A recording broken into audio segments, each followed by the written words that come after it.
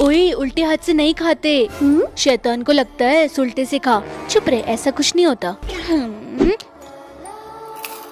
हाँ, ये तो सच में शैतान को लग रहा है। जैसा मैं कर रही हूँ वैसे कर रहा है। आइडिया, ये रही लाल चटनी भर भर के, अब इसे मैं खा जाती हूँ। ये भी खा गया। कितनी मिर्ची है। हाँ, अब पता चलेगा तुझे बच्चू। उल्टे हाथ से नहीं पीऊंगी इस पानी को मैं, इसको मैं सुलटे हाथ से पीऊंगी। और तू तो सिर्फ खा सकता है ना, पी नहीं सकता। मिर्ची, राहत मिली। जेल अब मिर्ची जेल।